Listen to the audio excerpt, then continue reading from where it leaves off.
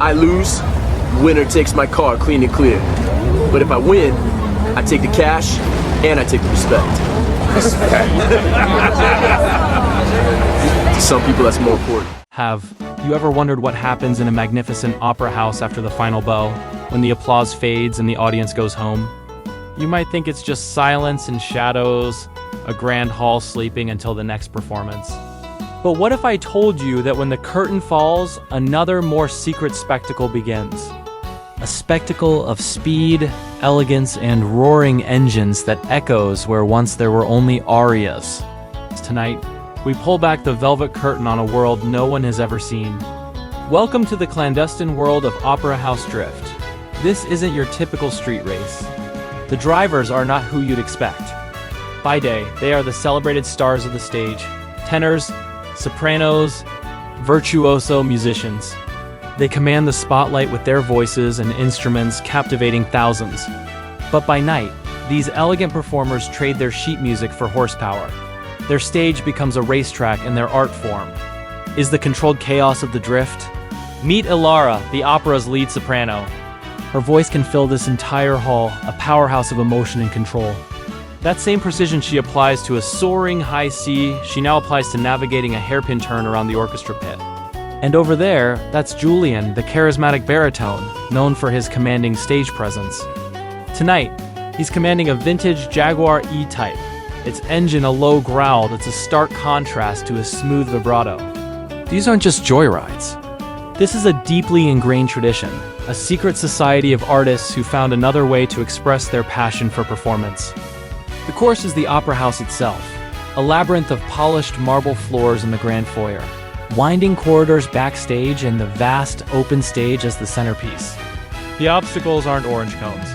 They're priceless set pieces, antique furniture, and rows of candle-filled candelabras that line the track, their flickering flames casting long, dancing shadows. It's about style, control, and leaving the sacred space exactly as they found it. The vehicles themselves are works of art. Each car is a classic, a luxury machine meticulously maintained and modified for this unique environment.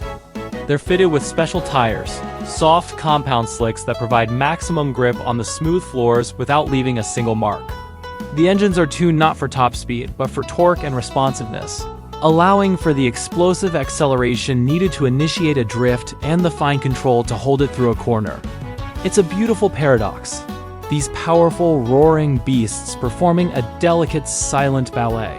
What started as a dare evolved into an exclusive club.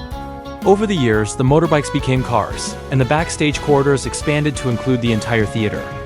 It became their secret ritual, a way to chase a different kind of thrill, a different kind of perfection, under the silent gaze of the muses painted on the ceiling.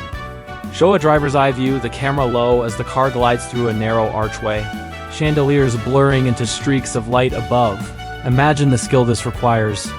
Drifting a car is hard enough on asphalt. Now imagine doing it on polished marble, a surface with almost no friction. It's like ice skating with a 2-ton partner. Every input must be flawless. A little too much throttle and you spin out. Too little steering angle and you understeer into a priceless tapestry. They use the car's weight, the subtle shifts in balance, and the reflections in the floor to judge their lines. It's an intuitive dance between driver and machine, a symphony of motion where a single wrong note means disaster. The most challenging part of the course is what they call the crescendo curve, the sweeping, tiered balconies. Drivers must power slide up the wide carpeted ramps connecting the levels, a move that defies gravity and requires absolute faith in their car and their own ability. The finale is the final bow, a 360-degree spin on the rotating center stage, ending perfectly parked in the spotlight where just hours before they took their bows. It's the ultimate display of car control, a signature flourish to end the race. Show different drivers, some in tuxedos, some in gowns, gathering around a table backstage, laughing and sharing stories. The cars are parked neatly in the background, but this isn't just about competition. It's about camaraderie. Between races, they gather in the green room, still in their racing attire, sharing champagne and talking not about lap times, but about the feel of a perfect drift, the music of the engine. They are a family bound by two shared passions that exist in completely different worlds. They critique each other's lines like they would critique a musical phrase, offering advice and encouragement. Here, there are no rivals, only fellow artists pushing the boundaries of their craft.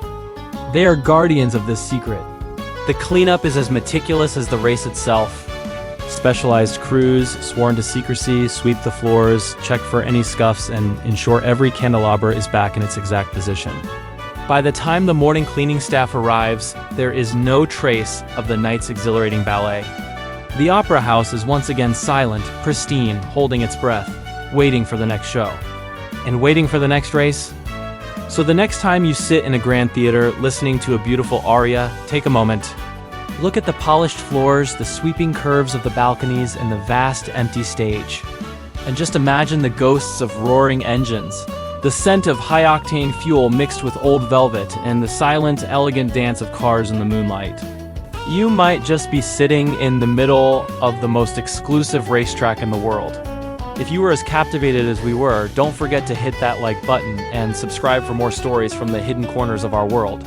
Let us know in the comments what other secret worlds you'd like us to explore. The streets go quiet. Until the next ignition. Ask any racer, any real racer. It don't matter if you win by an inch or a mile. Winning's winning. What are you smiling about? Dude, I almost had you.